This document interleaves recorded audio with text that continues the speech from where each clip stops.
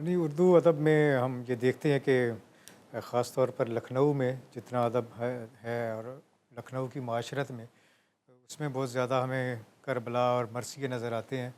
तो ये ख़ानवादे अनीस और ख़ानवादे दबीर ने इस सिलसिले में ख़ास तौर पर ख़िदमत इनकी हैं। जैसे कि अनीस ने कहा कि पाँचवीं पुश्त है शब्बीर की मद्दाही में। तो उनके दादा मीर हसन जो बड़े मशहूर मसनवी निगार थे, फिर उनके मीर अनीस के वालिद मीर खलीक, फिर मीर अनीस जो तीन भाई थे उनस और मूनिस और अनीस, और फिर उनकी औलाद और फिर उनकी औलाद प्यारे साहब रशीद उनके पोते थे। तो इस पूरे ख़ानवादे ने और लखनऊ में पूरी लखनऊ की माशरत में हमें मरसिए का असर नज़र आता है।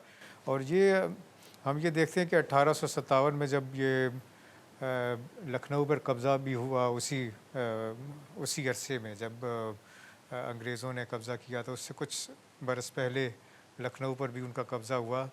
तो हमें उस ज़माने के मरसिए में जो तहज़ीबी उफ़्ताद है बर सग़ीर हिंद की, वो भी उसमें नज़र आती है। यानी एक किस्म का वेस्ट लैंड नज़र आता है, जो बाद में मगरबी शायरी में एक वेस्ट लैंड का एक इस्तिआरा आया था कि एक वेस्ट लैंड है, यानी दुनिया या तहज़ीब बर्बाद हो चुकी है। तो वो हमें अनीस के यहाँ ख़ास तौर पर नज़र आता है।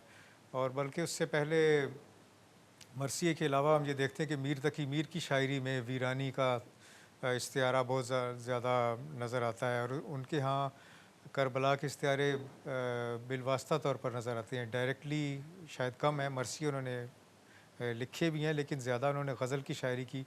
तो उसमें जैसे दिल मेरा जैसे कि दिल्ली शहर है, इस तरह वीरानी की बात करते हैं, अपने दिल की वीरानी की, दिल्ली की वीरानी की। तो वो सारी वीरानी जो है वो बाद में मरसिए में आई।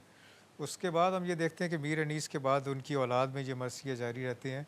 उसके बाद जब ये जदीद शायरी का दौर शुरू होता है, तो हम ये देखते हैं कि जैसे तरक्की पसंद तहरीक है, तो वो शायरी से एक और काम लेना चाह रही थी, यानी आवाम की बेदारी का काम। तो उस सिलसिले में जैसे जोश का ज़िक्र आपने किया, जोश के मरसिए हैं।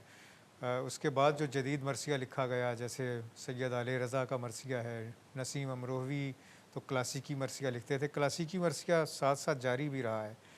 इसी तरह हमें ये जो करबला है और मरसिया है, इसके असरात इकबाल की शायरी में भी नज़र आते हैं। इकबाल का शिकवा देखें आप, वो मुसद्दस की सिनफ में है। उस पे अनीस के असरात नज़र आते हैं। इकबाल जैसे मुसलमानों की अज़मत रफ़्ता की बात करते हैं, और तो उसमें भी एक वो उस वेस्ट लैंड का तासुर उभरता है, जैसे मस्जिद कुर्तबा में।